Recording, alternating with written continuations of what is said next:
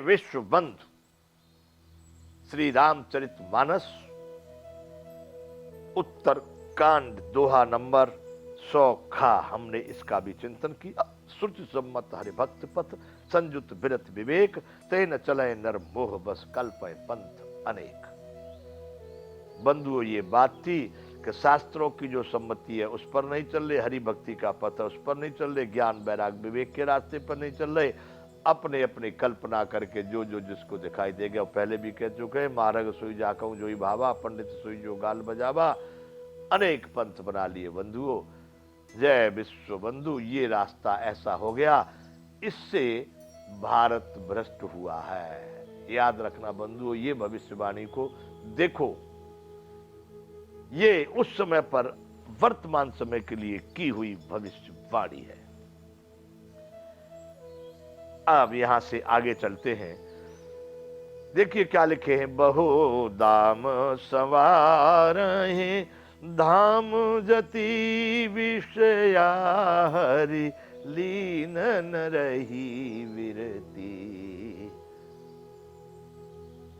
तपसी धनवंत दरिद्र ग्रही, कले कौतुक तातन जात कही। इस समय में ऐसा होगा बंधुओं, ये गोस्वामी जी उस समय कह गए कि बहु दाम समारहे धाम जति, बहुत अरबों खरबों को। आहा, सोचना बंधुओं, क्या इस तरह का जो दाम बना रहे हैं वो इसके अनुसार तो वो एक व्यंग ही है, आवश्यकता उसकी नहीं है।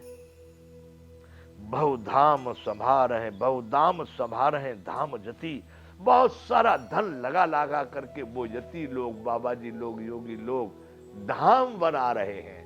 फलाना धाम, फलाना धाम, फलाना धाम, फलाना पीठ, फलाना स्वर्ग, फलाना वैकुंठ। कल्पना करके देख लो, ये भविष्यवाणी हो रहा है कि नहीं।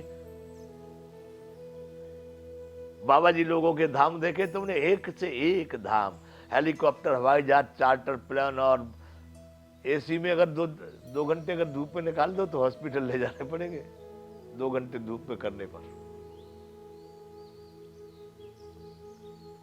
बहुदाम समारहे धाम जति, यति लोग बहुत सारा धन खर्च कर करके धाम बना रहे हैं। विषया हरिलीन न रही विरती, यहीं पर कहा गया है कि जानिए जब ही जीव जग जागा। कब?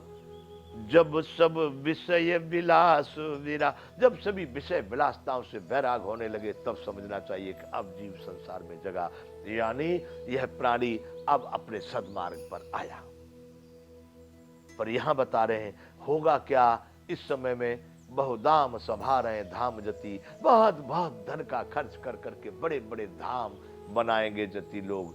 क्या होगा, इसका मतलब क्या है कि विषया हरिलीन न रही वृत्ति, विषयों ने उनकी बुद्धि का हरण कर लिया, वैराग्य का हरण कर लिया, वो वैराग्य नष्ट कर दिया जहां वैराग्य होना चाहिए था।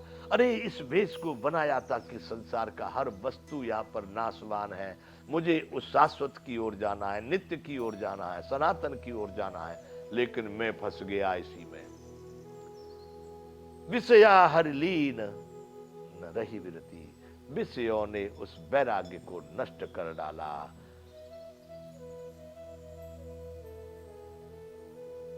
बंधुओं, बड़ा कठिन है।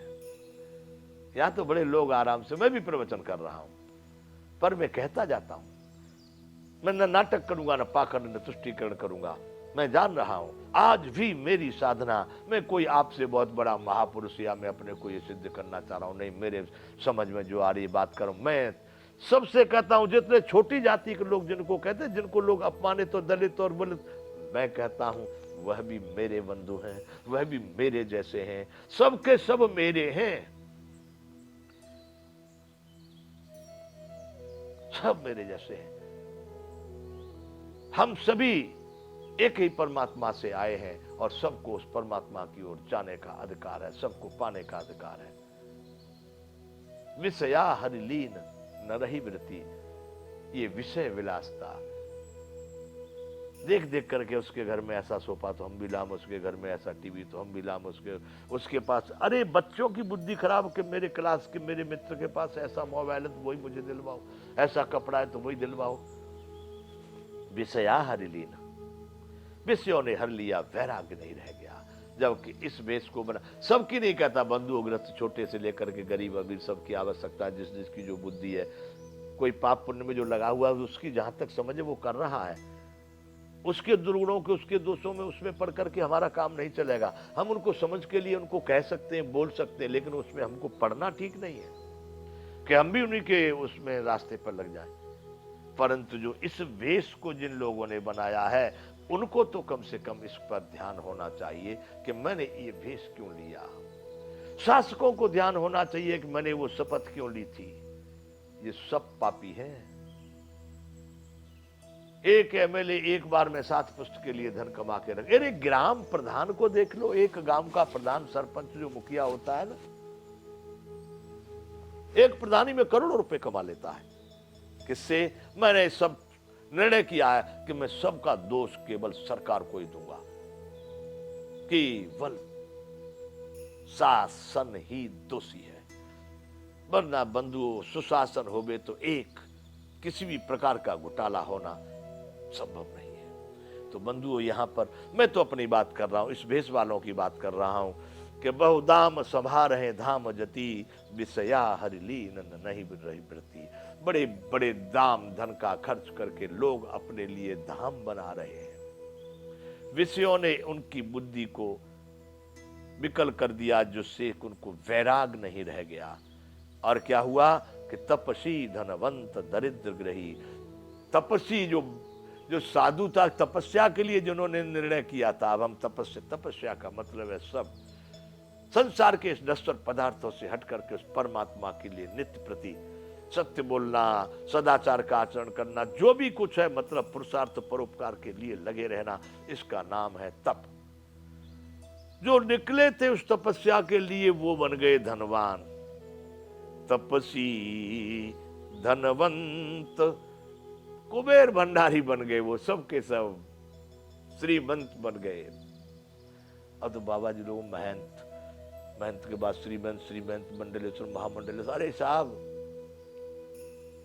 बड़े बड़े टिप टॉप के काम है। चलो, मैं कह रहा हूं ऐसा नहीं, यदि मैं आलोचनाएं कर रहा हूं दूसरे सार्वजनिक रूप से, तो उनको बंधुओं मैं नहीं मानूंगा कि मैं किसी के दुर्गुणों को देख करके चिंतन कर रहा हूं। सार्वजनिक रूप से देखिए, सभी ग्रंथों ने कहा है, जो सार्वजनिक रूप से बात है उसको कहना, वो किसी की देख करके दुर्गुणों का, दोषों का देखना नहीं है, बल्कि यथार्थ का चिंतन करना है।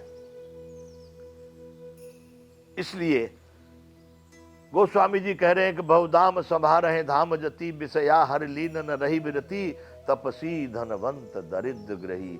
हमारे बाबा जी लोगों में होड़ लगी है कि कौन कितना बड़ा आश्रम बना ले, कितना बड़ा मंदिर बना ले, कितना बड़ा, अरे साहब क्या क्या लग रहा है। कम है जो प्रकृति और प्राणी की सेवा है। ऐसे भी संत हैं जो गौ के लिए, प्राणियों के लिए, प्रकृति के लिए अपने जीवन को दांव पर लगाए हुए। एक क्षण भर में अपने प्राण को भी वो प्रकृति के लिए लगा सकते हैं। ऐसे भी संत हैं, उनको मैं संत कहता हूं, उनका मैं चिंतन करता हूं, उनका मैं भजन करता हूं, नित्य प्रति उनको मैं वंदन करता हूं। परंतु ऐसे हैं कि जिन्होंने भेष तो संत का बनाया, एक गाय नहीं रख सकते।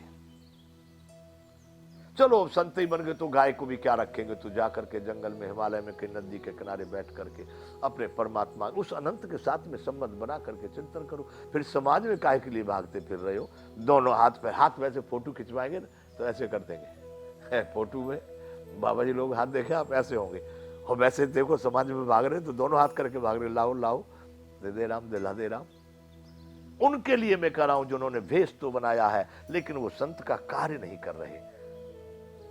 एक प्राणी की आप जो सेवा नहीं कर सकते, एक पौधा नहीं लगा सकते, आपने जीवन में 10 पौधे नहीं लगाए, एक गाय को आपने नहीं रखा। समाज में रहते तो कुछ ऐसा ही कार्य कर लेते, वरना अनंत के साथ संबंध बना करके हिमालय में चले जाते।